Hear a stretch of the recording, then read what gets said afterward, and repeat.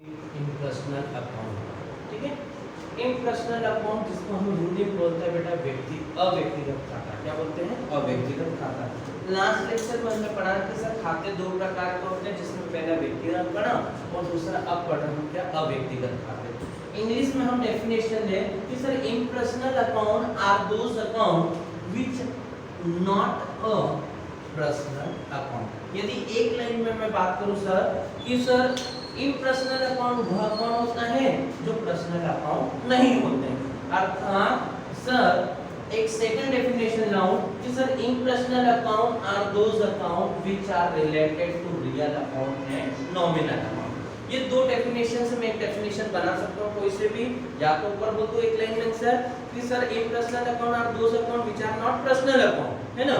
और second definition दे सकता हूं कि sir impersonal account are those account which are related to real account, which are related to real account and nominal account. जो sir वस्तुगत खाते और नाममात्र खातों से संबंधित खाते होते हैं, जैसे बेटा goods account, purchase account, assets account, salary account, rent account, discount account etcetera.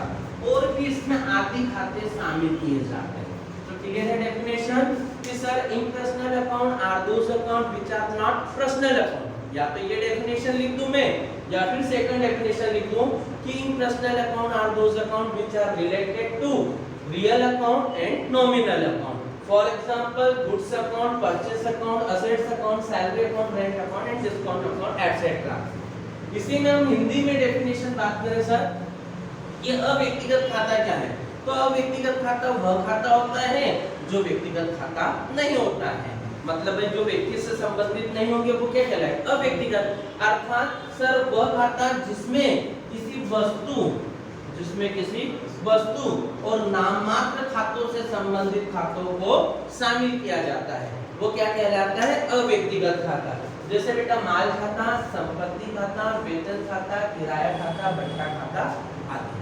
तो क्लियर है डेफिनेशन? एक बार हिंदी और इंग्लिश में फिर से ले लेते हैं कि sir impersonal account are those account which are not a personal account. व्यक्तिगत खाता, अव्यक्तिगत खाता वह खाता होता है जो व्यक्तिगत खाता नहीं होता है। एक एक डेफिनेशन या तो ये लिख दूं या इसका ओआर बनाया कि sir impersonal account are those account which are related to real account and nominal account.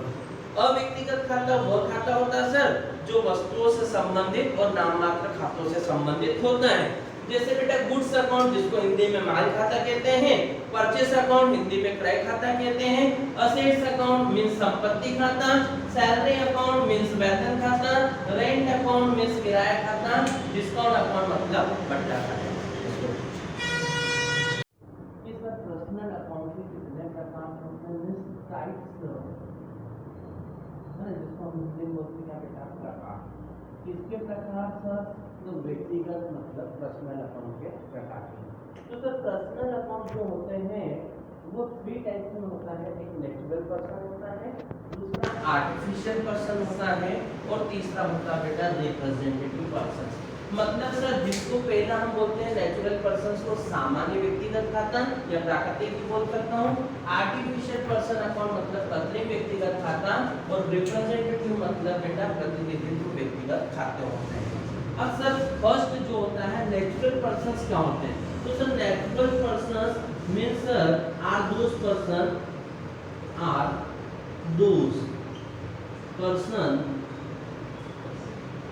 which are related to natural person।